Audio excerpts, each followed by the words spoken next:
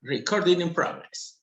Bien, después de ese inglés trucho, vamos a comenzar la clase de hoy repasando el tema de la clase 1 de Jaichenko, en donde habla sobre los aportes de la ciencia cognitiva y donde realiza algunos aportes, algunas experiencias de unas personas que habían tenido unos accidentes y esos accidentes les afectaron, en que está entrando Jacqueline, les afectaron algunas partes en el cerebro, sobre todo la parte izquierda del cerebro, que tiene que ver con el lenguaje, y la parte izquierda y la parte occipital, que tiene que ver con el tema de la lectura y la escritura. Voy a compartir pantalla. A ver.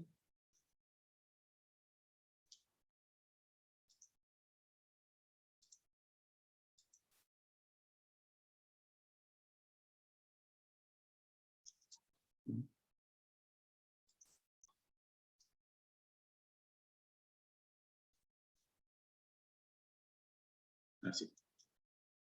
¿Compartí pantalla? No. Ahí se está poniendo, profe. Ahí está. Ahí sí. Está. Estoy mandando cualquier cosa. Bien. En resumen, lo que habíamos visto era de la clase 1 de Jaichenko, que el desarrollo de la lengua oral en el niño... A ver, vamos a ver.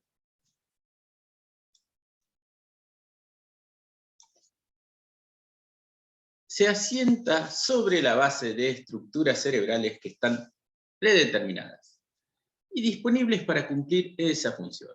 No es necesario de aprendizaje. Los niños expuestos a su ambiente lingüístico despliegan sus habilidades innatas de producción y comprensión. Es decir, el lenguaje oral se comprende innatamente, se aprende innatamente. Y con solo el hecho de estar en ese ámbito en donde se habla, uno puede ir adquiriendo el lenguaje oral. No así con la escritura, que es una invención cultural y la que se debe enseñar y explicar. Dice, la lengua escrita no es innata, sino que es una invención cultural. El cerebro recicla una zona específica para almacenar esta información. En esta clase se observa cómo este hombre que tiene un accidente y tiene una parte del cerebro que dañada, no puede leer ni escribir. Pero ahora vamos a ver otro de los ejemplos que dan más abajo. Entonces, aprender a leer modifica la forma en que se percibe la lengua oral y permite manipular los sonidos de las palabras de una forma más analítica. ¿Cómo es este tema de manipular los sonidos de la palabra de una forma más analítica? Es poder tener una conciencia fonológica, es decir, conciencia de los sonidos, poder segmentar sonidos, poder segmentar fonemas. En las investigaciones está más claro y dan mayor resultados, por ejemplo, el hecho de que segmentar sílabas en vez de segmentar fonemas. Es decir, los chicos aprenden más rápidamente a segmentar sílabas que a segmentar fonemas. No obstante, tienen que aprender a segmentar fonemas. Pero, o sea, segmentando sílabas, aprenden a leer más rápido. Son todas investigaciones. Cuando vamos a enseñar, las variantes van cambiando. Esto recuerden que son aportes de las ciencias, pero cuando uno enseña, todo cambia. Un cerebro alfabetizado es un cerebro que se ha modificado. y ha aumentado su poder de almacenamiento de datos. Bien, esa parte del cerebro que almacena datos, también llamada caja de letras, muchas veces puede sufrir o algún golpe o alguna lesión, y esa caja de letras puede hacer que ciertas personas tengan problemas para leer y escribir. Y para eso, muchas veces se tiene que diagnosticar qué es lo que tiene. Y nosotros no vamos a andar con una tomografía de imágenes del cerebro en la escuela, ni en ustedes en los gabinetes psicopedagógicos. Entonces, tenemos que saber qué es lo que le puede llegar a pasar a esta persona, ¿sí? Entonces, tenemos que poder dar ciertos diagnósticos antes de hacerle una tomografía del cerebro que nos pueden llegar a orientar qué problemas tiene. Pero nada nos va a llevar a decir que inmediatamente lo que tiene, si tiene una lesión cerebral o tiene solamente un retraso de aprendizaje, no vamos a saber hasta que no se haga un estudio más profundo. Pero sí vamos a saber en qué tenemos que trabajar. Por ejemplo, si tenemos que volver a trabajar con la conversión de grafemas a fonemas, si tenemos que volver a trabajar sobre las palabras, el diagnóstico nos va a decir qué es lo que tenemos que ir haciendo y qué es lo que tenemos que ir trabajando. Los diagnósticos en la psicopedagogía son muy importantes. ¿Por qué? Porque nos van a aportar datos sobre, no digamos pacientes, sobre nuestros estudiantes. Y esos datos los vamos a tener que ir recopilando de a poco. Y esos datos no nos van a dar un diagnóstico certero e inmediato, pero sí nos pueden decir, ojo, que acá hay un problema de comprensión. Ojo, que acá hay un problema que no puede descodificar, de descodificación. Ojo que acá este chico lee ciertas palabras, pero hay otras que no las puede leer. ¿Por qué será? Entonces, vamos leyendo, analizando y viendo qué problemas tiene. Ojo que este chico no puede leer ciertas sílabas. Y vemos por qué no puede leer estas sílabas, y vemos qué palabras no puede leer, qué palabras puede leer.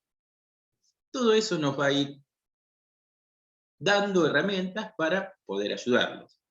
Lo que no puede hacer, nosotros vamos a tratar de ayudarlos para que lo pueda lograr. Bien, en las clases siguientes se plantearán las características generales de la relación entre oralidad y escritura, cuáles son los precursores que permiten una adecuada alfabetización, cuáles son los componentes involucrados en el aprendizaje de la lectura y la escritura, y cómo y por qué se producen las dificultades en el proceso de aprendizaje.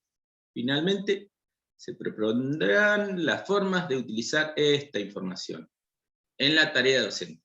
Fíjense lo importante que es eso. Se propondrán las formas de utilizar esta información en la tarea docente. No es que vamos a andar con el mapa cerebral y vamos a decir, este chico tiene un problema acá en el área de Broca que se conecta con el área de Wernicke y que lleva la caja de letras y no. Eso no vamos a hacer.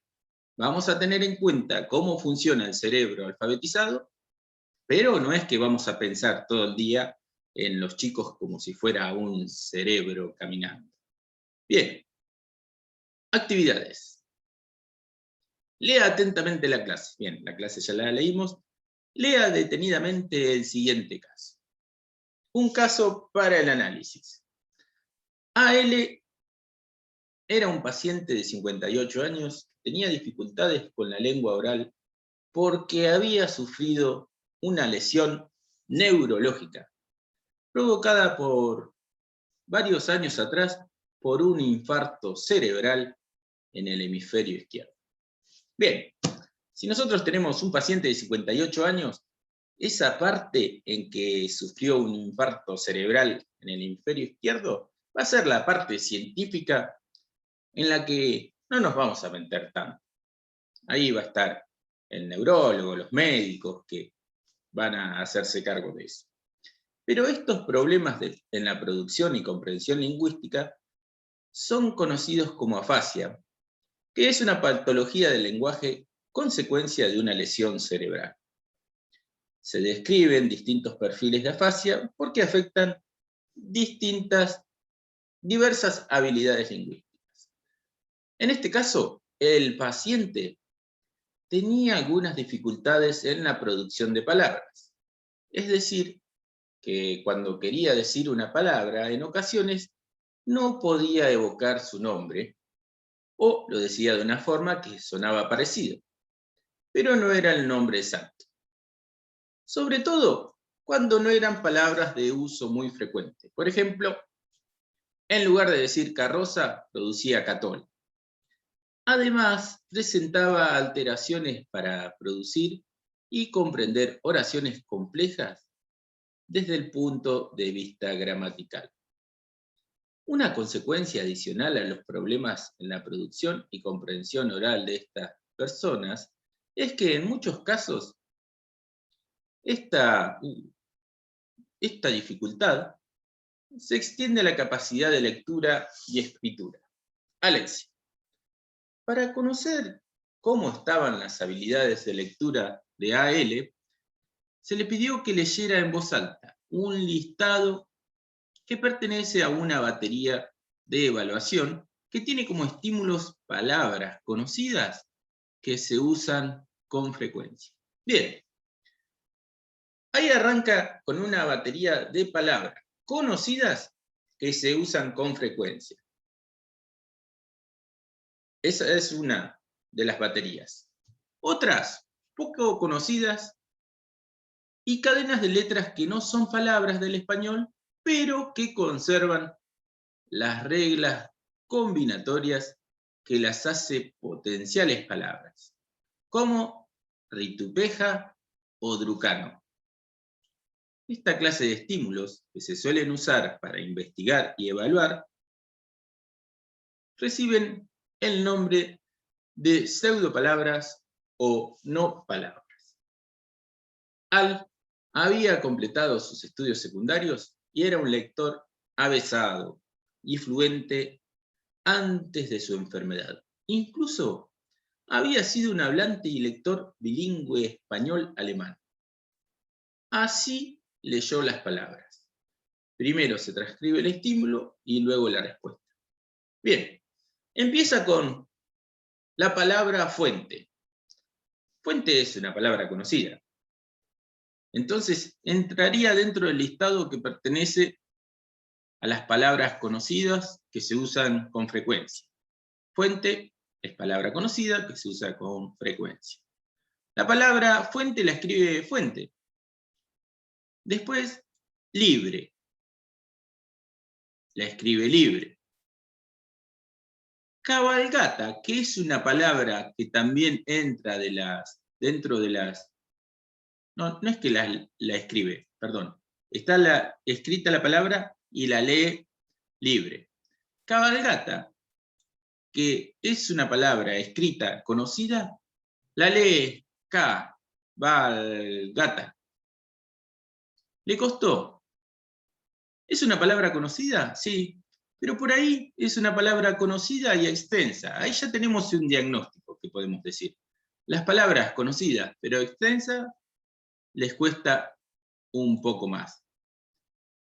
Molde es una palabra conocida, entonces la lee molde y no es extensa. Suave es una palabra conocida y no es extensa, la lee bien. Sin embargo, esto hizo cuando tuvo que leer las pseudo palabras. Tugo. La palabra tugo, con G, la leyó tubo. La palabra flapa, con P, la leyó flaca. La palabra Plascacida no pudo. No pudo leer. La palabra prino, con N, la leyó primo. La palabra trondosica la leyó tososiza. La palabra fuercho la leyó fuerzo. Fuerzo. Y la palabra yaje la leyó llave. Bien. Fíjense la actividad. ¿El cerebro tiene que ver con la lectura? Por supuesto que sí, porque durante toda esta clase, Jaichenko nos dice que el cerebro se recicla para poder leer y para poder acumular en esta especie de caja de palabras o caja de letras ciertas palabras. Y dice, ¿qué información nos brindan los pacientes con lesiones cerebrales como AL sobre la lectura? Acá nos brindan varias informaciones. La primera información y la principal es que hay palabras conocidas y sencillas que están guardadas en una determinada parte del cerebro, en una, si se quiere llamar, caja de letras, caja de palabras, pero palabras sencillas como fuente están almacenadas, palabras sencillas como libre y cabalgata pueden llegar, o molde o suave están almacenadas. El tema es que este almacenamiento no puede almacenar todas las palabras del mundo. Y empiezan nuevas palabras como las pseudopalabras, que son palabras que son estímulos que se usan para investigar y evaluar la lectura, y para evaluar sobre todo para ver cómo hace esta persona para leer. Hay muchos chicos que llegan a las escuelas, a la secundaria, sin saber leer y escriben re bien. Y muchas veces leen algunas palabras y otras no las pueden leer. Esto pasa porque el cerebro almacena una gran cantidad de palabras, depende de cada persona la capacidad de almacenamiento de palabras, pero hay otras que las tiene que sí o sí decodificar. Entonces, hay dos rutas en el cerebro para poder leer. Y esas son una ruta subléxica y una ruta léxica. La ruta léxica sería un poco lo que hablaba Jaichenko en esta clase. Cómo esa caja de palabras va guardando o almacenando no solamente letras y sonidos, sino que también palabras enteras, ¿sí? Entonces, se almacenan estas palabras y ya cuando uno las tiene que leer, no tiene la necesidad de tener que decodificarlas, de poder hacer esa correspondencia entre los grafemas y los fonemas. Entonces, esas palabras ya se leen. Ustedes van a ver que los chicos en primer año de la primaria, hay palabras que las leen de memoria. Oso, ya saben cómo se lee, cómo se escribe, porque claro, tiene dos O, dos redondelitos, y una S, chao, ahí dice oso. Aprendió a leer, no. Se memorizó la palabra, y esa palabra ya entró dentro de esa caja léxica que tiene el cerebro, y quedó ahí. El tema es cómo pueden a aprender a leer. Y aprender a leer es volver a darles esa explicación de cómo los grafemas tienen correspondencia en ciertos fonemas y cómo ese chico o esa persona tiene que volver a tener conciencia de los sonidos, conciencia fonológica.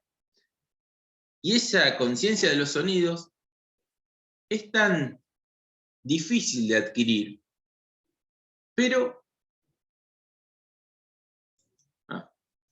10 minutos nos quedan, voy a ir cerrando la idea. Esa conciencia de los sonidos es difícil de adquirir, pero no imposible. Uno puede trabajar esa conciencia fonológica enseñando el principio alfabético que dice Virginia Jaichenko, en donde el principio alfabético se utiliza todo el alfabeto y cada una de las palabras, cada uno de los grafemas tiene un sonido, el fonema. Uno también puede trabajar la conciencia fonológica de una manera silábica. Cada una de las sílabas, como se enseñaba en una época el mame, mimo, mu, nunca dejó de ser efectivo esa enseñanza.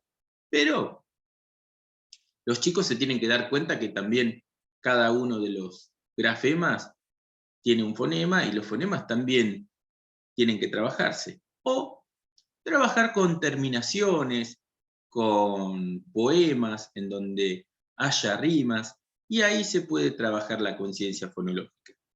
¿Qué significa esto? Que los chicos van a ir aprendiendo de distintas formas, pero que hay dos rutas principales. La ruta subléxica, que tiene que ver con la decodificación, y la ruta léxica, que tiene que ver con el almacenamiento de las palabras. ¿Cuál está primero? Cualquiera de las dos, porque uno puede aprender una palabra de memoria, porque la aprendió de memoria, como por ejemplo oso, y también oso se puede aprender a leer de manera subléxica, diciendo o, ¿sí?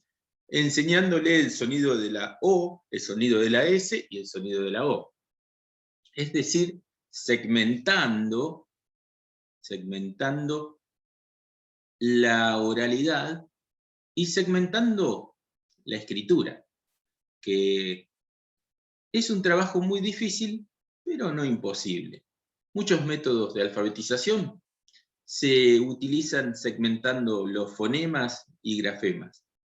Otros métodos de alfabetización se utiliza segmentando las sílabas. Y otros se utiliza segmentando terminaciones que coincidan, por ejemplo, en poemas. Por ejemplo, si quiero escribir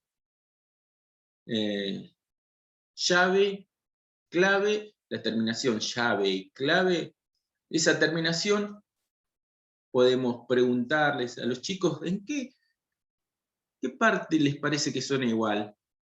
Llave y clave. Acá.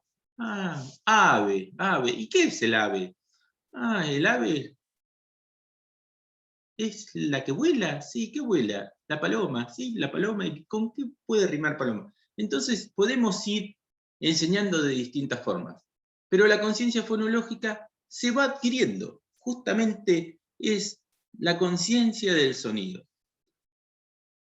¿Qué más pasó con este caso de AL de 58 años? ¿Qué más nos puede mostrar?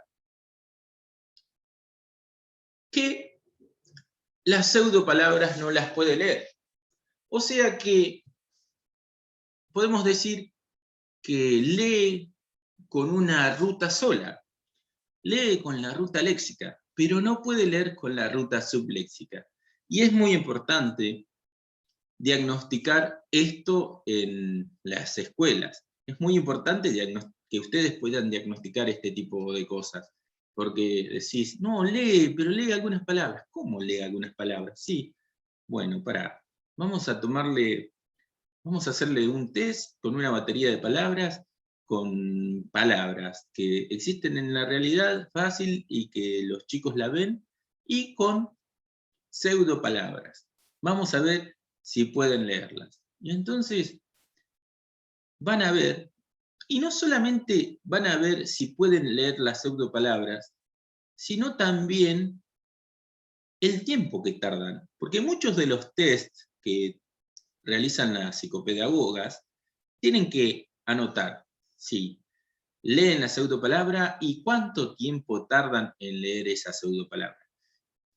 Cuanto más tarden en leer una pseudopalabra, más van a tardar en encontrar un significado en el texto. Porque acá estamos hablando de que leen textos los chicos y que esos textos les tienen que dar un significado. Entonces, no solamente estamos hablando si las pueden leer, sino que también van a ver ustedes si tarda mucho en leerlas, porque dice, no, la leyó a la pseudopalabra. Sí, la leyó, pero tardó un montón. Ah, y entonces, ¿eso puede afectar en la comprensión? Y sí, leyó las pseudopalabras, pero tardó, no sé, el resto de los chicos tardó 30 segundos y él la leyó en 3 minutos 30, cada una de las pseudopalabras. Entonces, ahí decimos que al tardar tanto, puede llegar a tener más problemas de comprensión, porque es más, cuando uno también decodifica mucho, puede ponerle la acentuación en cualquier lado de la palabra, en vez de leer, por ejemplo, satélite, te leen satélite, y no saben ni qué leyeron. Es decir, leyeron, sí, satélite. ¿Qué dice? Satélite. ¿Y qué es el satélite? No sé. ¿No será satélite? Ah, sí, satélite. Entonces, el tema de leer y de poder decodificar lo que uno lee, también nos puede llegar a dar diagnósticos de cómo va a llegar a comprender los textos y las palabras que leen. Recuerden que cuando ustedes hacen baterías de palabras, son solamente palabras, pero después cuando tengan que leer textos, los chicos, imagínense lo que pueden llegar a entender leyendo de esa forma y tardando lo que tardan. Entonces, ustedes van a tener que ver cómo leen, cuánto tiempo tardan, todos esos diagnósticos los van a ir dando idea de lo que van a tener que reforzar. Ahí, por ejemplo, si ven que la palabra prino les cuesta la primera sílaba, van a ver que las sílabas trabadas, por ejemplo, pra, ple, pli, plo, plu, tra, tre, tri, tro, tru, bra, bre, bri, bro, bru, les cuesta. Esas sílabas a los chicos que les cuesta decodificar o descodificar, generalmente les cuesta mucho. O, por ejemplo, la palabra alrededor, cuando es como una sílaba invertida, en vez de decir, no sé, loma, al, el al de alrededor les cuesta un montón también. A los que les cuesta leer, ¿sí? Esas sílabas invertidas les cuesta muchísimo. Bien, entonces, todas estas, ¿por qué cree que este paciente no puede leer palabras escritas que no vio antes? Justamente porque perdió esa capacidad, esa ruta que sí la tenía antes, con el accidente cerebral que tuvo, perdió esa lesión en el cerebro, perdió la capacidad para poder relacionar grafemas con fonemas, pero hay una parte de la caja léxica que no está dañada y que las recuerda a las palabras de memoria. Entonces tiene solamente una ruta para leer. Muchos de los chicos que van a tener ustedes, no es que perdieron la capacidad de leer con la ruta subléxica o la forma de la ruta para decodificar, sino que nunca la aprendieron. Y entonces ustedes la van a tener que aprender. La van a tener que enseñar. Bien, chicas. Esto fue todo por hoy. La clase que viene vamos a comenzar con la clase número 2 de Jaichenko y vamos a profundizar estas dos rutas léxica y subléxica que son de vital importancia para que ustedes vayan viendo las distintas características que tienen estas dos formas de enseñar, que serían como los temas principales que de ahora en adelante va a tocar Virginia Jaichenko.